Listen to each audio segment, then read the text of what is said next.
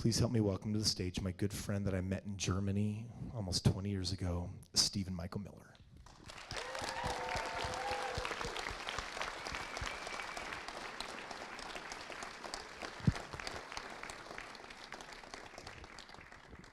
Oh, love it. We gave a challenge last night. By a show of hands, how many of you accepted that challenge? Invited people to Limitless with a free ticket. Fantastic. I want to acknowledge you. Everyone give them a big round of applause.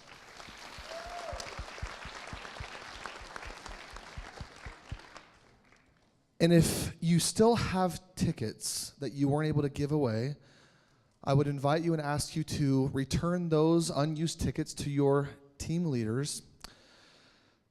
You will have an opportunity later on today. We have made a special discount. Now, this won't be free, but we have created a special discount for those friends of yours that you'd still like to invite. So if you still have some tickets left, please return those to your team leaders. I love the conversation of abundance and manifestation. It's such an amazing conversation, and I told you a little bit about my past, but I want to dive a little bit deeper into it. I told you I lived in a neighborhood where from my doorstep I could point out 3 crack houses, and that is the truth. I grew up very, very poor. And poor is relative for everybody, so I want to define what poor meant for me growing up. Poor meant that I didn't go on field trips that cost $4 or $5. Because we just didn't have the $4 or $5, so I would stay home from school. Actually loved those days because I didn't like school anyway. But anyway, I would stay home from school and go on field trips. Poor for me meant that I always was wearing hand-me-downs. My first pair of Nikes were an old pair of Nikes. They were a white pair at one point, but they had been drawn on with fluorescent pink marker, and the air pockets were popped. That was my first pair of Nikes. I was really excited for it. Took some shoe polish, made them white again, wore them with pride. Poor for me meant that when I was about 7 years old, my father took me for the first time to learn the family trade, which was dumpster diving. I learned that our table of abundance came from a place that most people wouldn't think to go to. Yet I never hungered. I never went without. Growing up in this atmosphere, you learn a lot about scarcity. You learn a lot of the wrong way of thinking. You learn how to create things in your life that you don't really even want. But as a kid, when I was about 9 years old, I had this massive desire, this massive dream that I wanted nothing more than to manifest. How many of you in this room have ever had this just burning desire within that you wanted to create something bigger than yourself? Raise your hand. I believe it. So here I was 9 years old, and this dream for me was a TreeHouse. Any TreeHouse lovers out there? Raise your hands. All right, okay, good. I wanted to build this TreeHouse more than I wanted to breathe. And I remember when I was 9 years old, we had this massive oak tree in my backyard, and I would circle around this oak tree envisioning this treehouse, and I would walk around it over and over and over again, kind of like Scrooge McDuck around the dime. Do you guys remember that show, DuckTales? Okay. I was wearing a little path in the ground around that tree, and I would imagine this treehouse over and over and over again, and the different levels that it would have, and the way I would get up, and the branches were. I mean, this was a huge oak tree. I lived in St. Petersburg, Florida. I told you that. And I remember one day I got so excited I wanted to tell somebody about it. You ever wanted to tell somebody a dream that you had? Yeah, raise your hand. Okay. Wanted to tell somebody, so I went to my siblings and I said, oh, I'm so excited. I want to build this tree house. Now, coming from where I came from, what do you think they said to me? Yeah. They weren't even that nice. They didn't just say it's impossible, you can't do it. They said, Stephen, you're stupid. A tree house? You know that takes money. We don't have that. You can't ask mom and dad for it. How dare you think and how dare you have this idea and gumption that you can create something that's not within your grasp? But I'll tell you, something at that moment burned inside of me, and I said, you know what? I'm not going to listen to the naysayers. Even people that I love, that I trust, that I want to have in my corner to support me, I decided at that moment, I'm not going to listen to you at this time. I'm going to go off and I'm going to create what it is that I want. And that burning desire burns so strongly that I wanted to prove it to them. But more importantly, I wanted to prove to myself that I could do this. So I went back outside. I started walking around this treehouse. And the thought, I don't know how long it took, but the thought came to me. Stephen, when you lack the resources, get resourceful. You're no stranger to dumpster diving. Why don't you go out and find the resources that you need? Like, just go out there and find them. It's like, wow, that's a novel idea. So I did. I went out. We lived in these old blocks, brick roads, and in between we had these alleyways that had these massive dumpsters that would service 3 or 4 homes. So I, as a 9-year-old boy, started walking up and down these alleyways and looking for material. And I remember one day I was walking down and I looked inside this dumpster and I saw this old exterior wood door. It's a solid wood door. Now, how many of you know that that's good material for a treehouse? Yeah.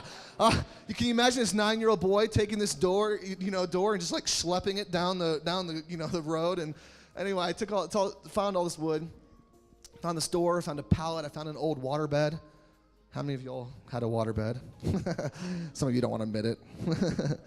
Yeah, I had this waterbed, and if you remember the waterbeds, most of it was particle board, but they had this wonderful surround that was like pressure-treated 2x10s, right?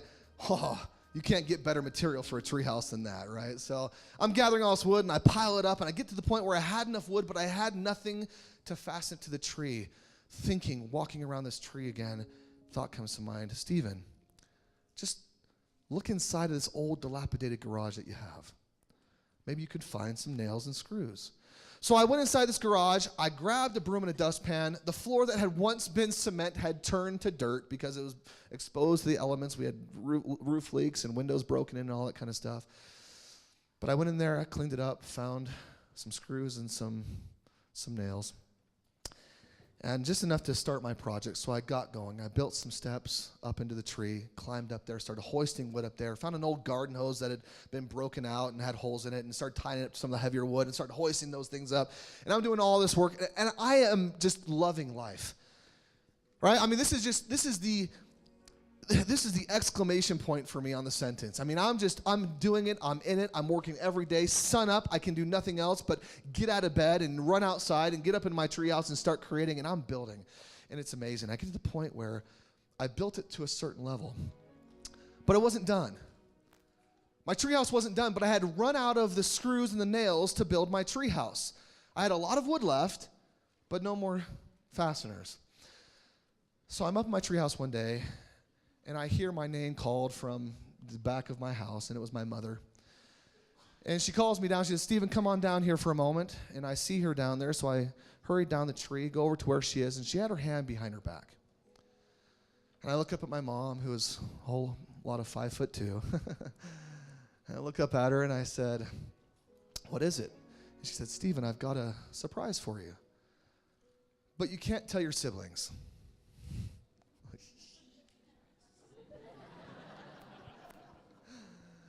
You know it's going to be good, when you can't tell your other brothers and sisters. So I said, absolutely, Mommy. I won't tell my siblings. I won't tell them. And she pulled her hand out from behind her back, and she rolled open this little brown paper sack. And inside the bag was a brand new box of 16 penny nails.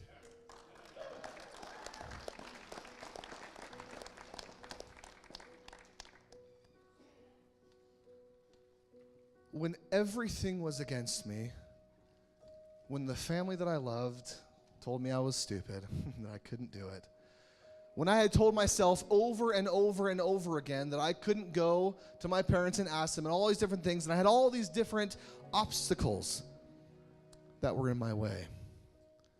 At the very moment, because of my faith, my perseverance, my unwillingness to believe that anything else would happen but that I would have my dream, in the moment that I needed it, the resources were made available. I learned some of the most poignant lessons from this story. Number one, I learned that I get in my own way. Because at the end of the day, I was telling myself that I couldn't go to my mother. I couldn't go to my parents and ask them. Why? Because all of the evidence in my life, everything that had showed up to that point had told me that if I went to my parents and I asked them for something that cost money, what were they going to tell me? What were they going to tell me? No. They were going to say, we can't afford it. We can't do that right now. Everything was stacked against me. So I believed from my past experiences that that was just reality. That was just going to be how it was going to be, so I didn't ask. Well, let me ask you, in the end, what was it that actually helped me complete my project, my goal? It was my mom. I had a belief that I couldn't go to her and ask her. I had a belief that I couldn't say, Mom, I need some nails. Can you help me? I had this belief that I couldn't even do that. And because of that, I created for myself more heartache and hardship. The truth the whole time was I could have gone to her. That limiting belief was holding me back.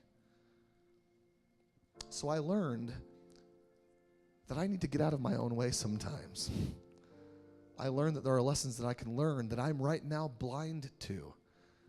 But that if I will have the strength and the courage and the faith to ask, that it will be made available.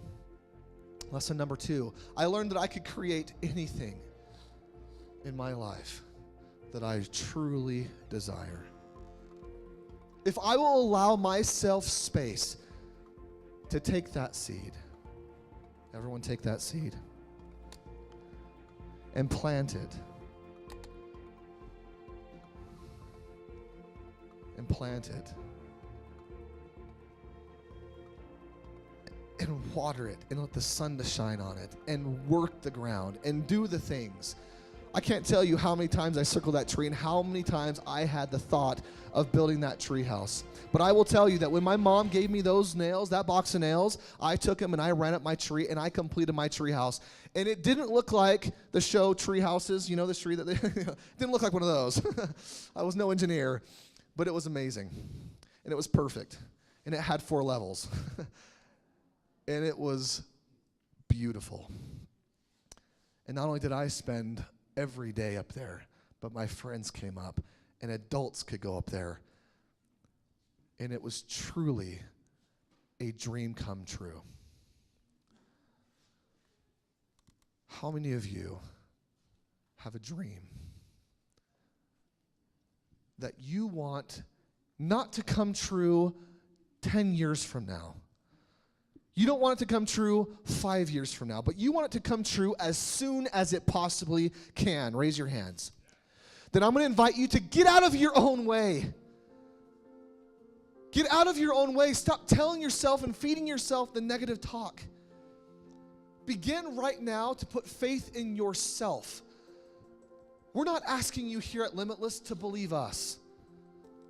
I'm not asking you to believe every word that's coming out of my mouth. I'm not even asking you to do what I ask you to do. I'm asking you to set that goal and set it high. And then to have faith in yourself that you are big enough, great enough, amazing enough, and worth it enough to accomplish whatever it is, regardless of what it is. Regardless of how big it looks. Regardless of how high up in a tree it is. That you can accomplish it. I know that you have the power to manifest the life that you want. I also know that it can help on many occasions to have the right people in your team cheering you on. I know the power of mentorship because with it, I'm no longer on 2nd Avenue South in St. Petersburg, Florida. I'm no longer a victim of my circumstance. Because of people that have come into my life, people that I love dearly, I now know that I have the ability to create whatever it is that I want.